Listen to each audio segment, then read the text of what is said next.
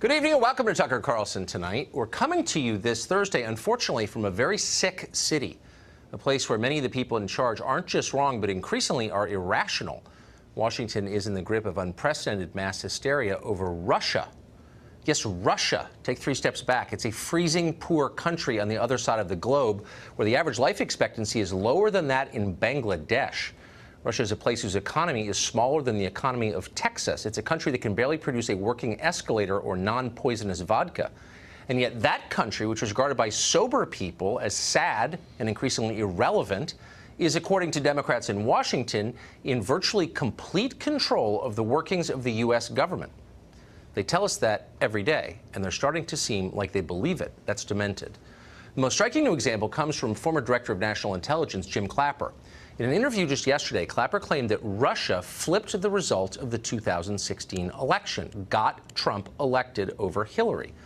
Asked for evidence of that, Clapper admitted he didn't have any, because of course he doesn't have any. Nobody else has any either. There is no evidence that any foreign country changed a single American vote in 2016. And by the way, that was Clapper's position just 2 years ago, when it was the position of the Obama administration that vote tampering by a foreign power was completely irresponsible and impossible to contemplate. Now that Trump is in office, of course, Clapper and other Democrats are warning that Russia will try to subvert this year's midterms as well. They have no evidence for that either. Now, keep in mind that Jim Clapper is not some fringe radio show host or backbencher in Congress. For years, he held one of the top intelligence posts in the country, yet he's delusional. That's terrifying. And he's not the only delusional one. The CIA operative spying on the Trump campaign also sounds like he's unbalanced. A report today from the Daily Caller finds that that man once falsely accused a Russian academic at Cambridge University of being a Russian infiltrator and said an entire intelligence seminar was compromised by Russian agents, like Kim Philby were still alive. This afternoon, congressional leaders received a classified briefing from DOJ and intel officials about actual spying that took place in 2016. Not spying from spooky Russian agents sent from the Kremlin, but from the Obama FBI. And that might put some of this in perspective. Tom Fitton is the president of Judicial Watch. Molly Hemingway is an editor at The Federalist. They join us now. Thank you to you both. Molly, I'll start with you. And I hate to start on a media question, but it determines how people understand a story, what they read and what they see on television. There are still news outlets as of tonight that are pretending like there was no spying on the Trump campaign. So can you just say definitively, do we know as a factual matter that the Obama FBI spied on the Trump campaign, or don't we? Well, everyone knows that there was a spy, and in fact, people who were involved in the spying are admitting that there is a spy. They're saying, though, that because the government term is human intelligence informant or something like that, that therefore it's not a spy. Whereas normal Americans understand that when you are gathering information on someone surreptitiously, that's the common definition of spying. And more than that, that's just a stunning revelation that this was happening under the previous administration, that there would be this kind of surveillance, not just at least one human intelligence informant, but also wiretaps, national security letters, which are how you can secretly get a subpoena. And who knows what else is going on. So actually, like, widespread spying involving multiple people in the Trump campaign, and we still don't really know what's going on because they're trying to fight. And that's the point. And by the way, I should point out in the interest of honesty that these are agencies controlled by the Trump White House. So it's not clear to me at all why we don't know this, and that why the committees in the Congress who have oversight over all of this don't know. There was a meeting today, famously, about this, Tom. Do you think members of Congress, again charged with oversight of this stuff, know the answer as of tonight? No, my understanding is they're still being strung along. This meeting was for show. We want to see the documents. But why would they be strung along? Because these agencies have contempt for congressional oversight. You have this extraordinary situation of a Republican-controlled Justice Department and FBI attacking and undermining the congressional oversight activities of a Republican-controlled House and Senate. And they didn't want to turn over the documents, so they said, we'll have a meeting and we'll talk about the secret spy game we had, but it won't be public. We won't tell you what we have in terms of turning over documents, which is still the big fight. You know, Judicial Watch specializes in the Freedom of Information Act because we recognize the government documents really tell you what went on, and government official descriptions of what went on, as we're learning from the Obama gang that's describing this spy as an informant in a dishonest way. We need to see the documents. We need to know how much money was this person paid, Was money transferred as a result of his involvement with the Trump campaign? Who else was he working with? Were there others? But there's a time limit. There's a timer. Sand is passing through the hourglass here. If Democrats take the House and take control, majority control of these committees, then how will we find out? They have no interest in getting this information to the public. And this is why it would be nice if everyone on both sides of the aisle had a common understanding that spying on political opponents is not a good precedent, and it's not good for having Americans having confidence in the FBI. Have you seen any liberals say that?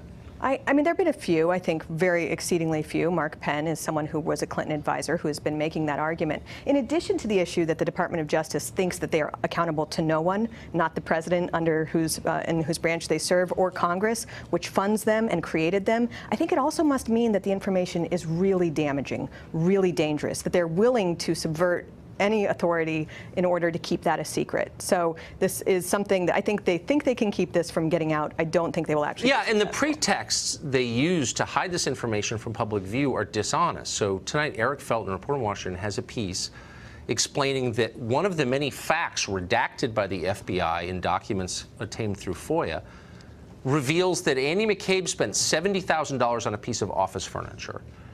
They held that back on grounds of national security. Does that imperil us, Tom, as a country, now that our enemies know that Andy McCabe spent $70,000 on a piece of office furniture? I mean, of course it doesn't. And it shows you that the FBI and the Department of Justice can't be trusted to evaluate fairly whether documents should be released or not. And the president, who constitutionally runs the agencies, needs to intervene and stop himself from being strung along by his appointees and tell them to release these records. Right, he's listening Review to his them lawyers. quickly. Never listen to your lawyers. If there's one piece of advice I have for my children, it's don't listen to your lawyers, because they don't have the truth at heart. Take their advice into account and get the information out. Just do the right thing, I would say. Thank you both very much. Great to see you. Richard Goodstein is an attorney, by the way. We're going to listen to him. He advised both of Hillary Clinton's presidential campaigns. He joins us tonight. Richard, thanks a lot for coming on. So Democrats are now telling us that not only did Russia definitively alter the outcome of the 2016 election, which is insane, but they're predicting that Russia will affect the outcome of the 2018 midterms. This is preemptive because they know they're not going to do as well as they hoped. But let's take them seriously. If that's true, why shouldn't we be taking steps right now to protect ourselves? Why shouldn't we do a forensic search of all voter rolls to make sure that no foreign citizens are registered to vote? Russian agents, for example, that only American citizens can vote. Why wouldn't we do that if we take this seriously? So it's not just Clapper who's saying that the Russians are trying to meddle in the 2018 elections. It's guys you may have heard of: Mike Pompeo, Director of National Intelligence Dan Coates, the Director of National Security Mike Rogers. Right? They testified before Congress. I'm pretending to believe it. Well, believe them. They're Republicans. I don't care about people's party ID. Okay, well, there are many Republicans I wouldn't trust for anything. That's up to you. But I'm just saying, let's pretend it's true. Yeah. That the main threat, espionage threat we face is from Russia. Okay. Mm-hmm. If we really believe that, then why aren't we going through every voter roll in the United States and making sure that only Americans are determining the outcome of the election? Well, why wouldn't we do that? I think we should absolutely make sure that the voter integrity is as kind of upheld as possible. Okay. What would happen if we tried to do that? Democrats would freak out and call it racist. But here's where you kind of dismiss Clapper that I think is not funny. Your advertisers on Fox News spend billions of dollars a year to move people's opinions about things, right? And if they didn't think that was effective, they wouldn't spend it. What Clapper's saying is the Russians reached through Facebook 126 million people. 135 million people voted. Okay? So the point is that they were trying to move opinion. Okay. And if you think that doesn't work, then you should tell your advertisers go somewhere else. What he actually said was, I have no evidence that what I just said was true. He just said that on television. No, you can look. Actually, he did say that. No, what he said was that we weren't charged with assessing what exactly as an agency. He was asked. I just watched the tape. Whatever. Look, here's the point.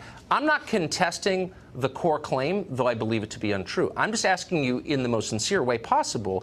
If we believe that the Russians are going to do this again and they really are a threat, then why aren't we doing something about it? Why are we allowing electronic voting? Why don't we go back to paper ballots? And I'll tell you the answer. Because Democrats like loose voting rules because they benefit from voter fraud. Yeah. So they do everything they can. That's a perversion of the fact that... why aren't they doing something about it? People who are inclined to vote Democrats, blacks, Hispanics, and so forth, are the ones who ultimately are, I think, held to a standard that is going to be very hard for them to meet in terms of IDs and so forth, driver's licenses. What? I think statistically, the people who are lower socioeconomically don't have driver's license. That's not a revelation. No, you don't need a driver's license. Well, you need a I'm just saying, government ID whatever it is. to hold a job or open a bank account. This is an insane. And it may be you have to go 50 miles away to the office that gives you that ID, which they don't have the wherewithal to do. Here's what I'm saying. I think it's a very patronizing thing to say about a large group of people. It's statistically true. It's not actually statistically true. I've dug into the stats, and it's a lie. Yeah. But let me just get to what we can do in the future. Why wouldn't we say paper ballots only? Why wouldn't we say, let's go through every voter roll in America and make sure only American citizens and not spooky foreign agents are registered to vote? And Why is that hard? I think we should make sure that only Americans are voting,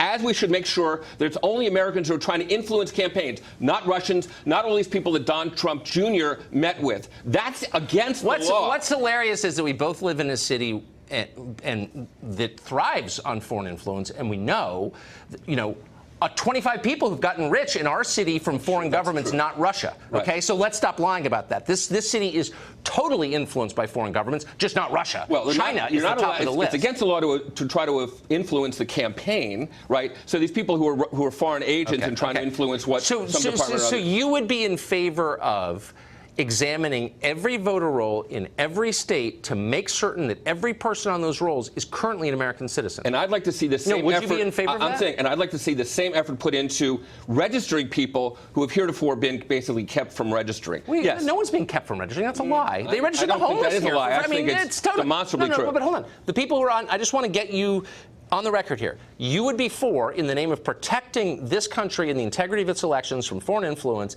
making sure that only American citizens are on the voter rolls, period. I think that only Americans should vote, but again, American citizens.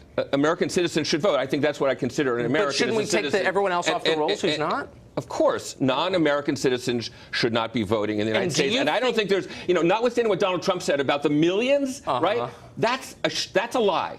And he should take that back. That's dishonest to the American voter. Democrats can't even concede that we're allowed to ask on the census form whether you're a citizen or not. On the census. Because that affects other things having to do with what money might go to a particular state or county. So there are municipalities here in the D.C. area in Maryland that allow non-citizens to vote. You must be against that. I mean, that would be a prime way for Russians to influence our elections. I think only American citizens should vote in federal elections. Absolutely. What about state elections? Well, Russians can't influence the state elections too. You could have Vladimir Putin come to Silver Spring, Maryland. Here's the problem. Vote. You think it's a laughing matter that the Russians did what they did. Most Americans don't. Is laughing matter. Most Americans think it's not funny that the Russians meddled, and in fact we're trying to favor Trump with something that our own head of Homeland Security can't acknowledge. What I find hilarious is when Democrats pretend that they care about the integrity of elections. All they care about is power. You know that.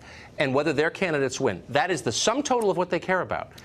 So to pretend otherwise is like so ludicrous. I live here. I know the truth. I think if you flip the names Trump and Hillary and had the Russians trying to help her, we would have had impeachment hearings starting on January 21st. Russia, which has a lower average life expectancy than Bangladesh, is secretly in control of our country. It's not secretly. They're actually ridiculously open about it, which is the sad thing.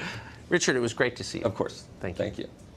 We have a Fox News alert for you. North Korea has responded to President Trump's cancellation of a planned summit, and astonishingly, their message is not angry. North Korea's foreign minister said his government is still willing to sit down with the United States, quote, at any time, at any format, and is, quote, willing to give the United States time and opportunities to reconsider today's cancellation. Not quite sure what that means, but we'll continue to follow the story because it's amazing.